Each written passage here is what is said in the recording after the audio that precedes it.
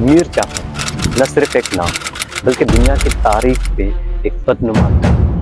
یہ دنیا کی تاریخ پہ بدنما تھا کیسے بنا؟ اس نے نہ صرف سراج الدولہ کی حکومت گرائی غداری کر کے، یعنی ایسٹ انڈیا کمپنی کی مدد کر کے سراج الدولہ کی حکومت گرائی، بلکہ پورے ہندوستان کی غلامی کا آغاز کیا۔ جی ہاں، یعنی پورے ہندوستان کی آزادی کی جنگ وہ پہلی جنگ تھی جو صرف میر جعفر کی مدد سے ایسٹ انڈیا کمپنی نے جیتی، جو کہ سراج الدولہ سے لڑی جا رہی تھی۔ 17ویں صدی میں انگریز صرف تاجر تھے، لیکن بنگال کی دولت نے انہیں حکمرانی کا خواب جگایا۔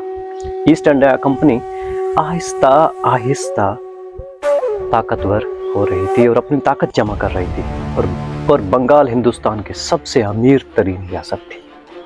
یہ سب خطرے میں تھا جب نواب سراج الدولہ نے تخت سنبھالا۔ کچھ نام ایسے ہوتے ہیں جو کہ صرف انسان نہیں بلکہ تاریخ پہ وہ لگے ہوئے بدنما داغ ہوتے ہیں جسے مٹانا مشکل ہی نہیں بلکہ ناممکن ہوتا ہے۔ میر جعفر ایک ایسا نام جو صرف ایک شخص نہیں تھا بلکہ ایک مکمل غداری کی علامت ہے۔ مگر کیا ہم اس کے بارے میں جانتے ہیں؟ آئیے تو میر جعفر کی انٹروڈکشن پہ آتے ہیں۔ میر جعفر کی پیدائش 1651 میں نجف شہر عراق میں ہوئی۔ اس کا نام میر محمد جعفر بن سید محمد تھا۔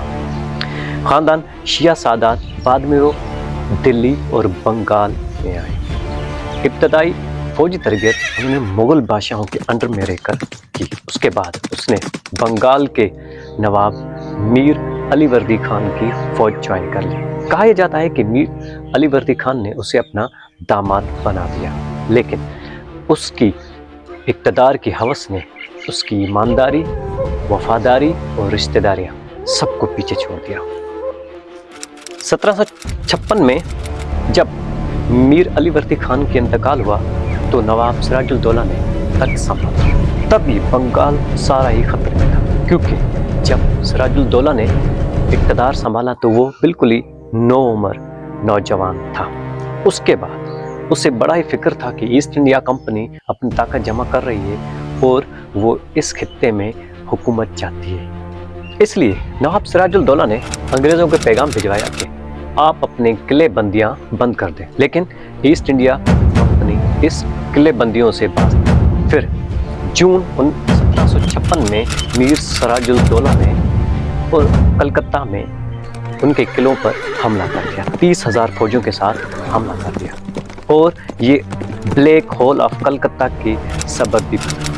انگریزوں کے مطابق بلیک ہول آف کلکتہ میں کئیوں انگریز دم گھٹنے سے قیدی جاں بحق ہو گئے۔ انگریزوں کو یعنی ایسٹ انڈیا کمپنی کو یہ حملہ بالکل بھی قابل قبول نہیں تھا اور انہوں نے سازشیں کرنا شروع کر دی۔ ایسٹ انڈیا کمپنی نے لارڈ کلائیو، جو کہ انگریزوں کا ایک چالاک کمانڈر تھا، اس سے اس فوج کو ٹیکل کرنے کے لیے ہائر کیا۔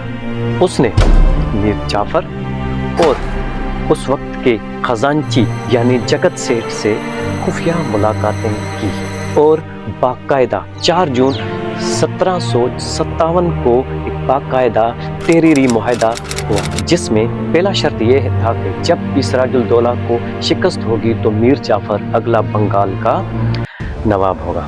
دوسری، کمپنی کی تجارت کو بالکل ہی آزادی ہوگی، یعنی ایسٹ انڈیا کمپنی کو۔ تیسرا، 17 لاکھ پاؤنڈ انگریزوں کو انعام کے طور پر دیا جائے گا۔ 23 جون 1757 کو پلاسی کے میدان پہ جنگ کا میدان سج گیا، جس میں سراج الدولہ کے پاس 50,000 سپاہی تھے اور ایسٹ انڈیا کمپنی کے پاس صرف 3,000 فوجی تھے، اور ان 3,000 میں سے صرف 750 انگریز تھے، باقی سارے ہندوستانی اور بنگالی تھے۔ 50,000 سپاہیوں کے پاس 300 توپیں اور 8 ہاتھی تھے، جبکہ ان کے پاس صرف 8 توپیں اور کوئی بھی ہاتھی نہیں تھا۔ جنگ کا آغاز صبح 7 بجے ہوا۔ نواب سراج الدولہ نے اپنی فوج کو 3 حصوں میں ڈیوائیڈ کر دیا۔ 2 بڑے حصے میر جعفر کی کمان میں دیے اور ایک چھوٹا سا حصہ صرف علی مراد یعنی جو اس کا وفادار لڑاکا تھا اس کے کمان میں دیا۔ علی مراد نے بڑی مذمت کی، بڑی دلیری سے جنگ لڑا انگریزوں سے، لیکن جب میر جعفر کی باری آئی تو اس نے اپنی کمان میں سارے سپاہیوں کو یہ کہا کہ بالکل بھی حرکت نہیں کرنی، یعنی مکمل غداری کرنی تھی۔ یہ سب سے بڑی غداری تھی تاریخ کی، جو 50,000 فوجیوں نے شکست کھائی صرف 3,000 ایسٹ انڈیا کمپنی کے فوجیوں سے۔ یہ غداری وہ غداری تھی جس نے نہ صرف میر جعفر کا نام پوری دنیا میں غداری کے طور پر یاد رکھا جائے گا، بلکہ یہ وہ غداری تھی جو پورے ہندوستان کو آزادی کی پہلی جنگ ہرائی اور ہندوستان کی غلامی کا آغاز ہوا۔ نواب سراج الدولہ کے پاس کوئی بھی رستہ نہیں تھا سوائے بھاگنے کے۔ نواب سراج الدولہ مظفر نگر کی طرف فرار ہونے کی کوشش کی، لیکن 2 جولائی 1757 کو گرفتار کیے گئے۔ روایت کے مطابق اسے محمد بیگ نے قتل کر دیا، جو کہ میر جعفر کا قریبی رشتہ دار تھا۔ لیکن جلد ہی انگریزوں نے اس کے بعد اس ہی دن میر جعفر کو بنگال کا نواب بنا دیا گیا، لیکن چند ہی دنوں کے بعد اس سے ایک کٹ پتلی حکمران کے طور پہ لوگ جاننے لگے اور اسے صرف انگریز اپنے مفاد کے لیے استعمال کرتے۔ نہ پیار نہ عزت کچھ بھی نہیں تھا میر جعفر کے پاس، صرف اور صرف خالی تخت۔ انگریزوں نے میر جعفر کو جلد ہی تخت سے ہٹا دیا اور اس کے بیٹے قاسم کو نواب بنا دیا۔ میر جعفر کی باقی زندگی پچھتاوے اور بے اختیاری اور شرمندگی میں گزری۔ وہ بنگال کا نواب تھا، مگر نہ اختیار تھا، نہ وقار، نہ عزت۔ انگریز صرف اسے اپنے مفاد کے لیے استعمال کرتے تھے، یہاں تک کہ وہ 5 جنوری 1765 میں انتقال کر گئے۔ اس کی قبر آج خیرا کڈپور کلکتہ میں ہے، جہاں کچھ لوگ اس کی قبر پہ پھول چڑھانے نہیں بلکہ تھوکنے جاتے ہیں کہ یہ دنیا کا سب سے بڑا غدار ہے، جس کے مقابلے میں 3,000 ایسٹ انڈیا کے فوجی جیت گئے اور اس کے پاس 50,000 فوج تھی، وہ بھی مسلمانوں کی۔ میر جعفر صرف ایک فرد نہیں تھا، ایک مثال ہے کہ جب کوئی اپنی ذاتی فائدے کے لیے اپنی قوم بیچتا ہے تو وہ دشمن سے بھی بدتر ہوتا ہے۔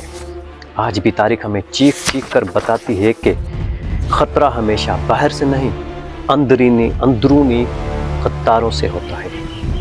دشمن اپنا ہوتا ہے، اور جسے ہم میر جعفر کہتے ہیں۔